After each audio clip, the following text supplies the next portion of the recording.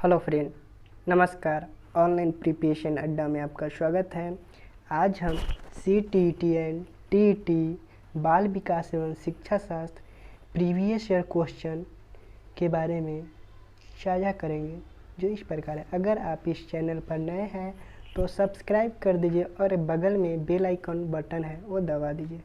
Question number 1, निम्नलिखित में से कौन सी विशेषता प्रतिभावान शिक्षार्थी की है?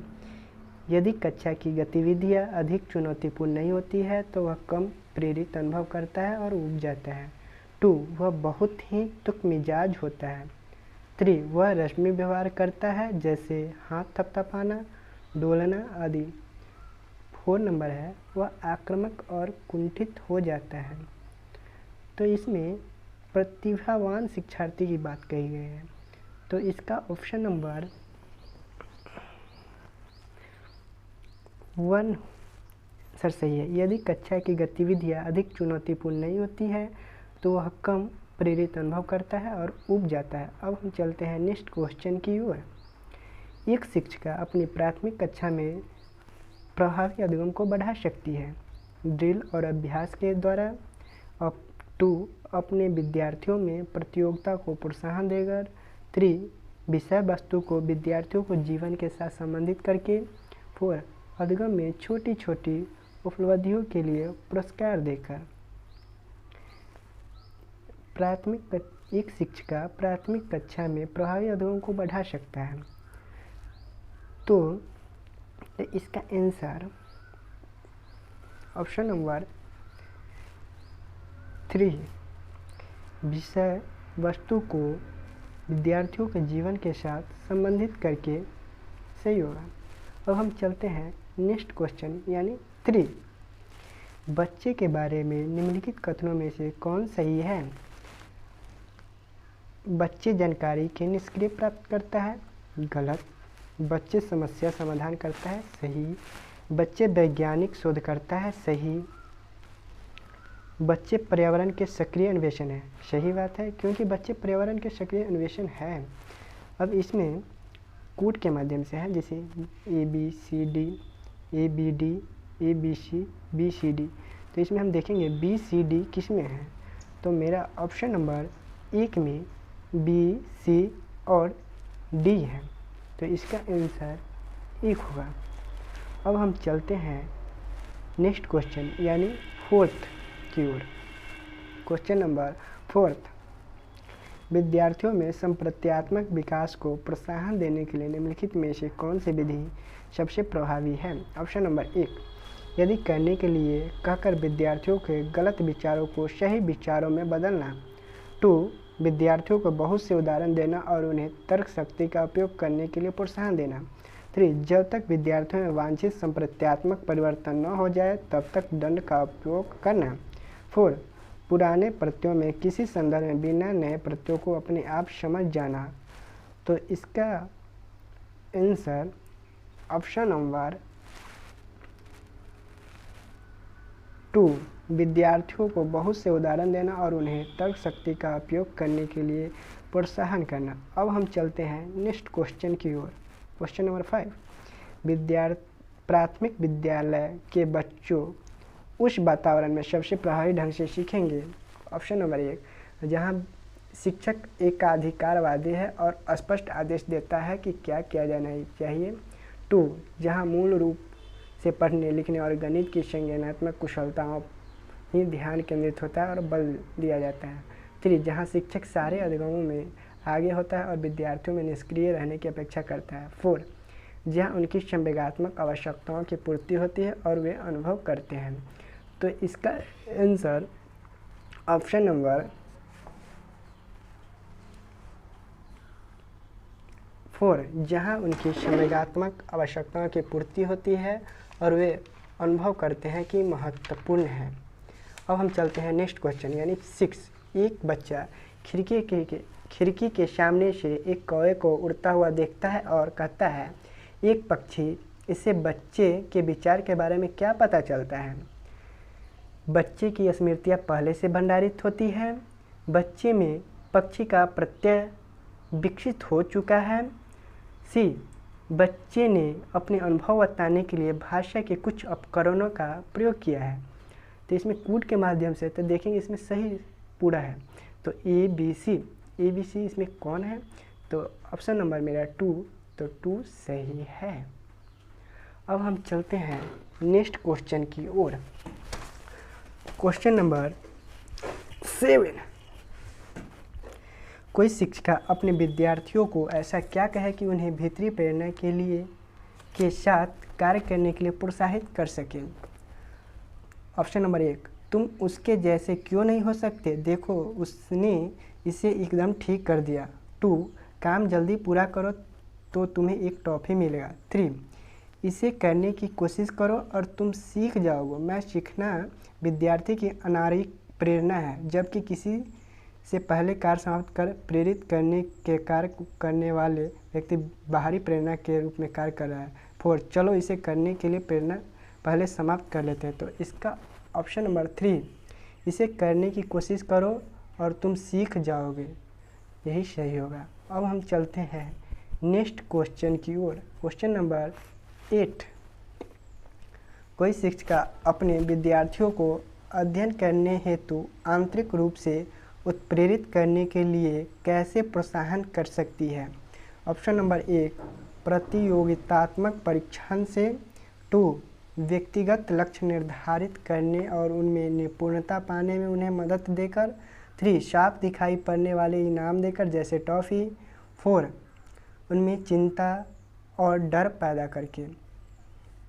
तब विद्यार्थियों को अध्ययन करने हेतु आंतरिक रूप से उत्प्रेरित करने के लिए इसमें प्रोत्साहन कर सकती है। तो इसका ऑप्शन नंबर 2 सही होगा, व्यक्तिगत लक्ष्य निर्धारित करने और उनमें निपुणता पाने में मदद देकर। अब हम चलते हैं क्वेश्चन नंबर 9। किसी प्रारंभिक कक्षा में प्रभावशाली शिक्षक का उद्देश्य विद्यार्थियों को उत्प्रेरित करना होता है।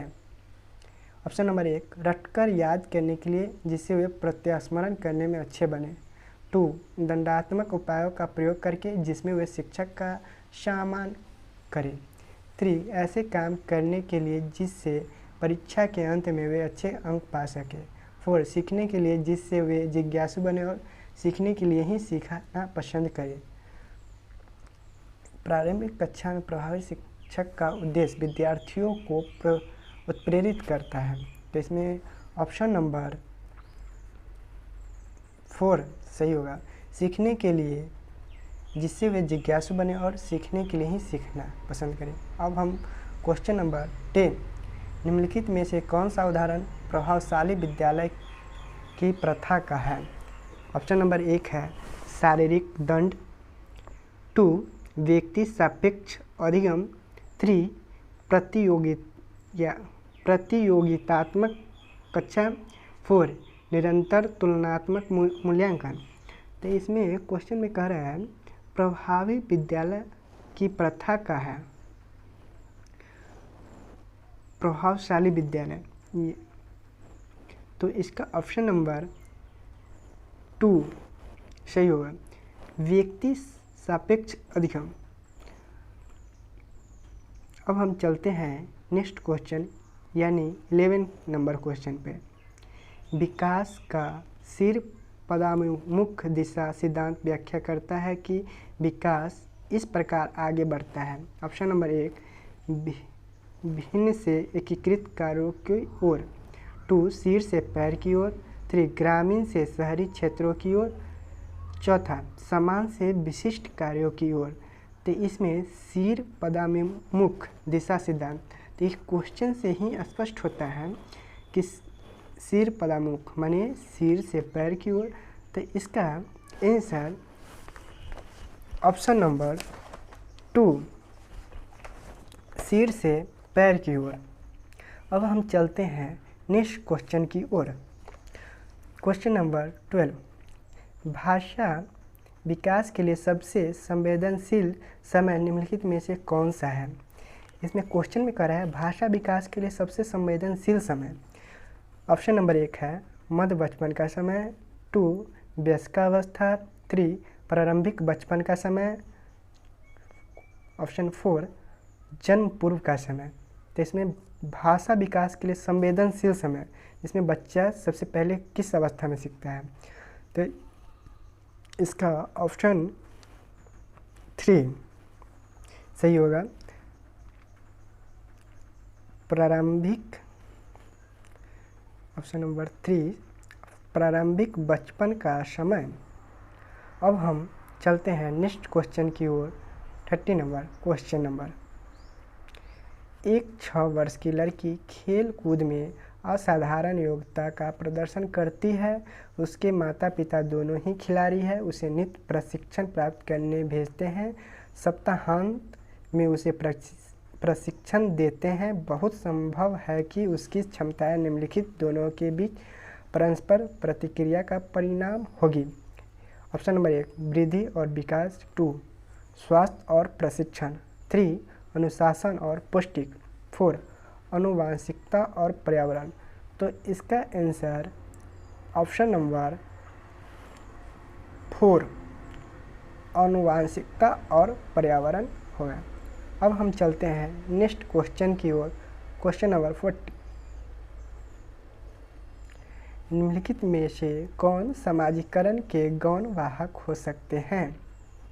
समाजीकरण के गौण वाहक हो सकते हैं विद्यालय और पास पड़ोस, ऑप्शन 2 विद्यालय और निकटतम परिवार के सदस्य, ऑप्शन 3 परिवार और रिश्तेदार, ऑप्शन नंबर 4 परिवार और आस पड़ोस। इस क्वेश्चन में समाजीकरण के गौण वाहक हो सकते हैं, समाजीकरण के गौण इसमें पूछ रहा है।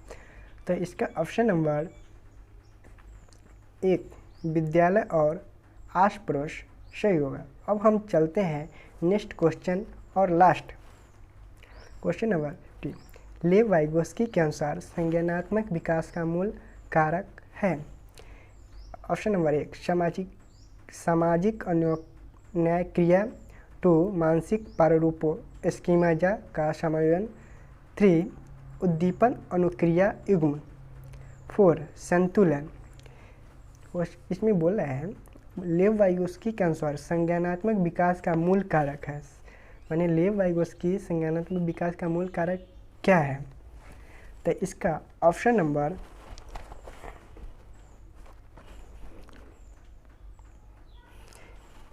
1 सामाजिक अन्वय क्रियाएँ सही होगा। इसी प्रकार 15 क्वेश्चन अब हम नेक्स्ट वीडियो में मिलें। अगर आप इस वीडियो में नए हैं तो सब्सक्राइब कर दीजिए और बेल आइकन दबाना ना भूलें। Bye bye.